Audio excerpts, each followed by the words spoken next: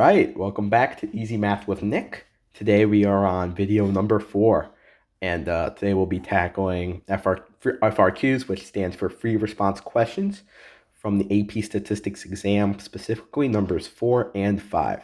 So, just a little bit of background here. I have not taken AP Statistics, but I do have some knowledge of statistics enough to answer these questions, I hope.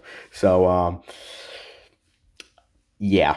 So I have not taken AP statistics, so I'm not quite sure what decimal place they want you to round to in certain situations. If there's any inconsistencies that just don't make sense, please let me know in the comments section. Um, but without further ado, let's begin.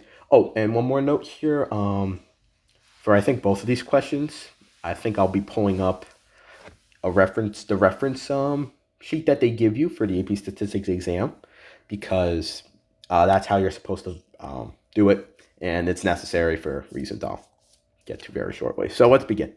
Get to my pen here. So just reading this question. A software application lets users enter questions to receive answers in the form of images, text, or videos. Research indicates that 22% of high school students in country W use the app to help them with their homework at least once per week. Karen is an AP Statistics student in country W at a high school that has more than 2,000 students. Wow. She believes the proportion of all students at her school who use the app to help them with their homework is at least once per week is greater than the proportion for her country. Greater. That's the important word there. To investigate her belief, she took a simple random sample of 130 students from her school and found that 38 of the sample students use the app to help them with their homework at least once per week. Is there convincing statistical evidence at a 0.05 significance level to support Karen's belief? Justify your answer using the appropriate inference procedure. I don't know what, maybe there's a specific procedure College Board wants, but I'm just going to tackle this question the way I know how to. So starting off here, we know that they give you 0.05 significance level, so our alpha is going to be 0.05. So when we get that p-value, we're going to want that p-value to be less than 0.05. We'll get there, though. Let's take it easy. Her alternative hypothesis here, our alternative hypothesis is that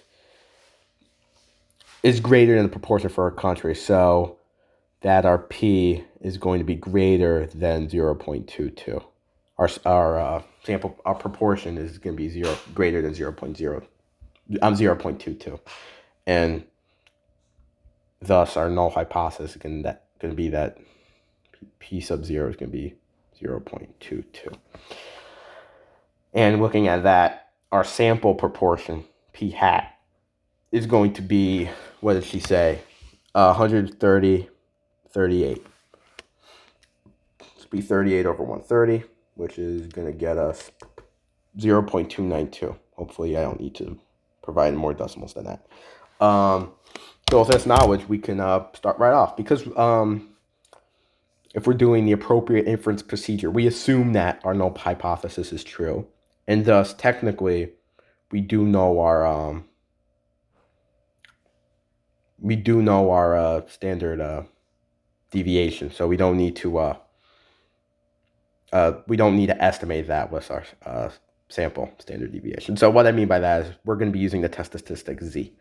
So we're going to have p hat minus p sub 0 over p sub 0 1 minus p sub 0 over n.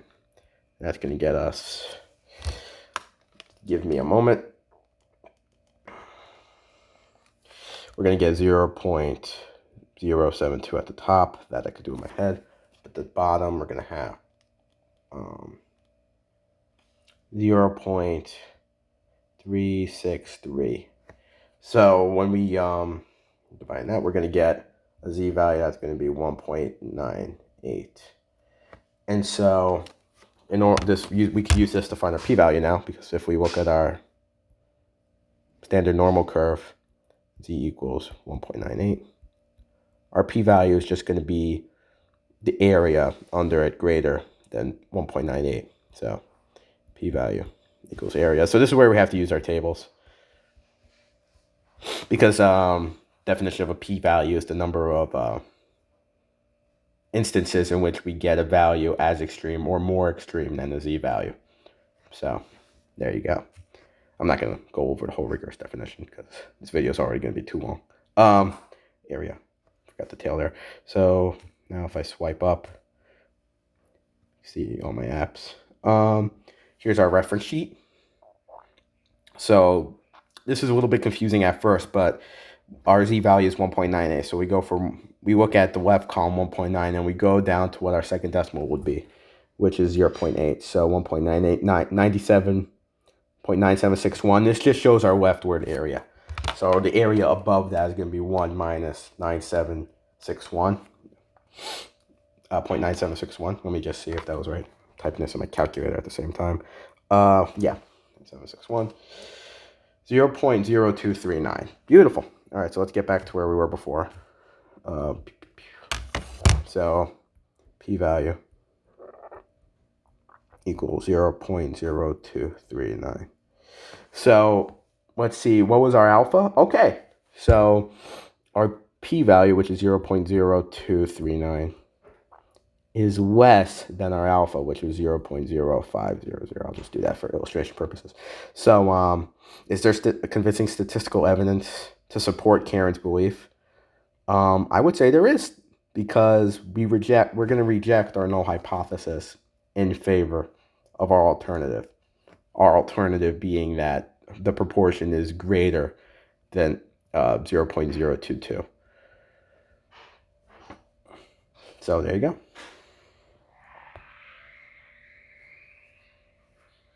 All right.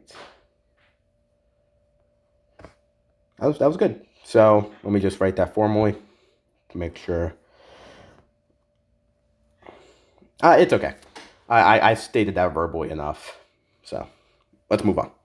Okay, question number 5. According to a 2017 national survey in country B, the mean number of bedrooms in newly built houses was 2.9. Rodney, a researcher, believes the mean number of bedrooms to be newly built in the country was different in 2024 than it was in 2017. Okay, so this was different. So up here, our alternative hypothesis took the form of a greater than. Here we're going to have an not equal to. So instead of just having a right tail here in our normal distribution, when we solve for that p-value, it's going to be two-tailed. So that's pretty neat.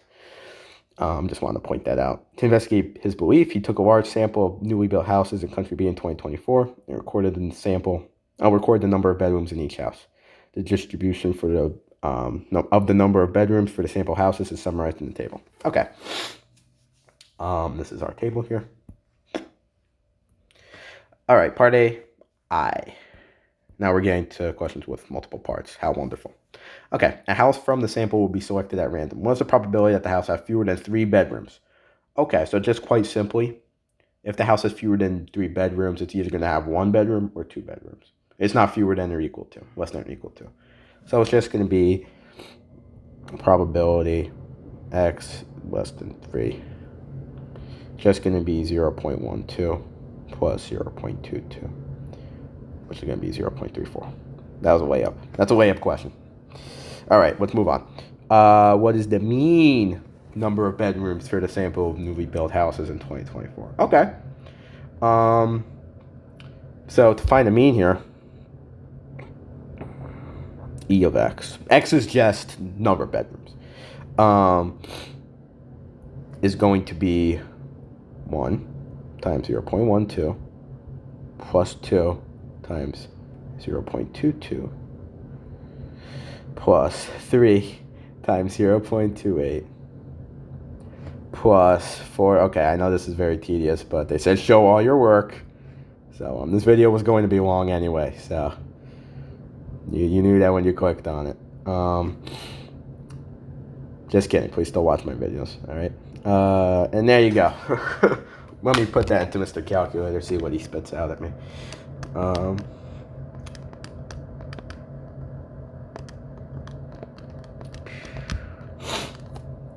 Maybe afterwards, if I feel the video isn't long enough, I'll check the scoring guide that I hope is released. I didn't check. Maybe it's not. Uh-oh.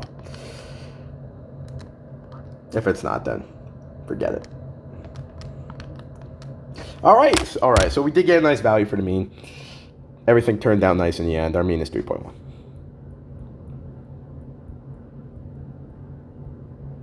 bedrooms, okay?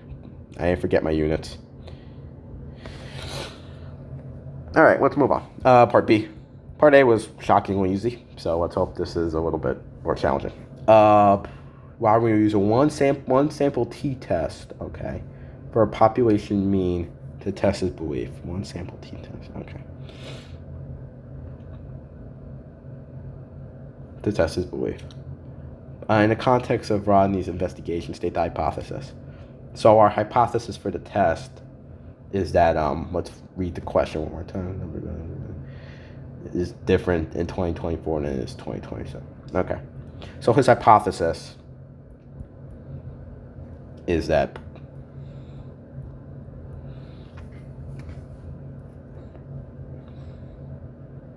the mean is not going to be equal to 2.9. All right. Explain in context what type 1 error. Okay. So, just as a refresher, a type 1 error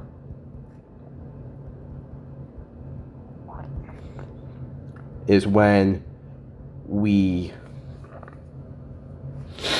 reject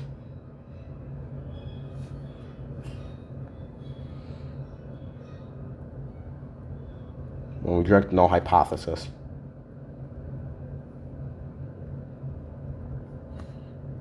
Even though it is true. It's easy to get type 1 and type 2 errors confused because they have such unoriginal names. It is true.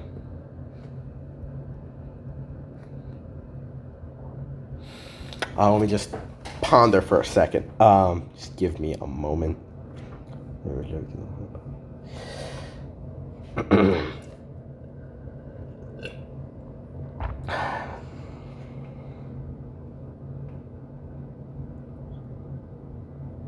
Okay.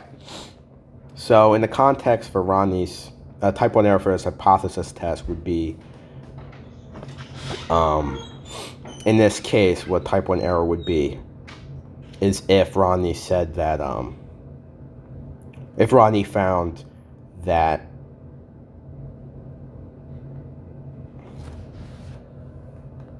found with statistical evidence to support his alternative hypothesis that mu is not equal to 2.9, but in reality it really is. So I don't know how else to express that, but that's what a type 1 error would mean. Is we would accept, he would say, okay, yeah, mu is not equal, he found that mu is not equal to 2.9, but in reality it is. That would be what a type 1 error would mean. I'm just not familiar with the terminology. One sample t-test. I guess that means we're using the t-statistic, maybe?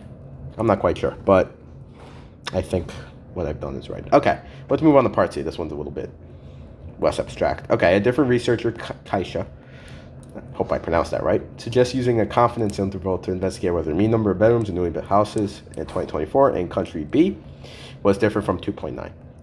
Assume the conditions for inference have been met. All right. Using Rodney's data, Keisha, I don't know, calculated a one sample 97% confidence interval to estimate the population mean as within the interval 3.01 to 3.19. Based on the confidence interval, what conclusion can be made from Rodney's hypothesis test in part B at 0.03? Okay, so note how 2.9 not within that given confidence interval, 3.01, 3.19. So if it was within that interval, we would fail to reject the, we would fail to accept the null hypothesis that mu is not equal to 2.9. We simply don't have enough evidence to prove that it isn't 2.9. But it isn't 2.9, but because 2.9 lies outside that interval, we can say that we can accept that null hypothesis that mu is not equal to 2.9. So as 2.9 lies outside the confidence interval.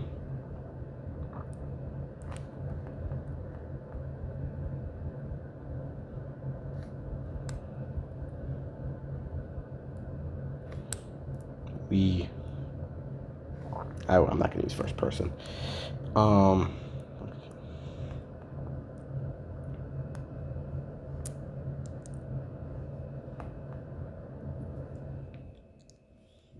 It's fine. Confidently. Like, see what I did there.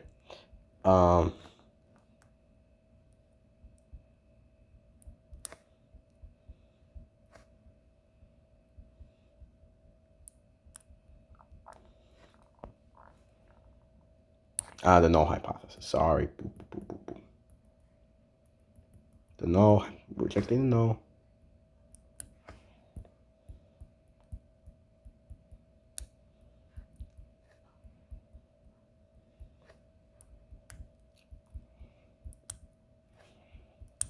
In favor.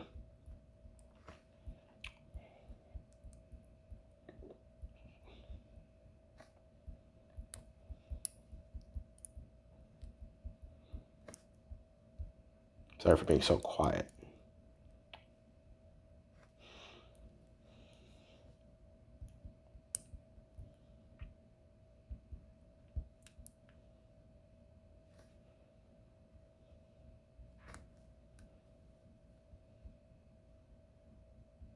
At a 3% level.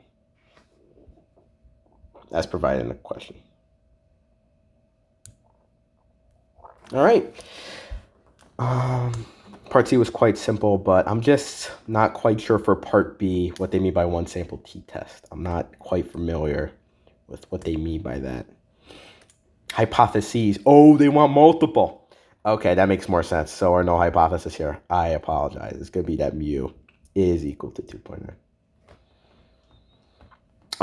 And so for part two, for part B, I didn't, I verbalized but didn't put the paper that a type 1 error would be here is where we say where we accept the failed when we accept the null. We accept the alternative hypothesis that mu is not equal to 2.9, or the mean is not equal to 2.9, even though the null hypothesis that it was equal to 2.9 was true.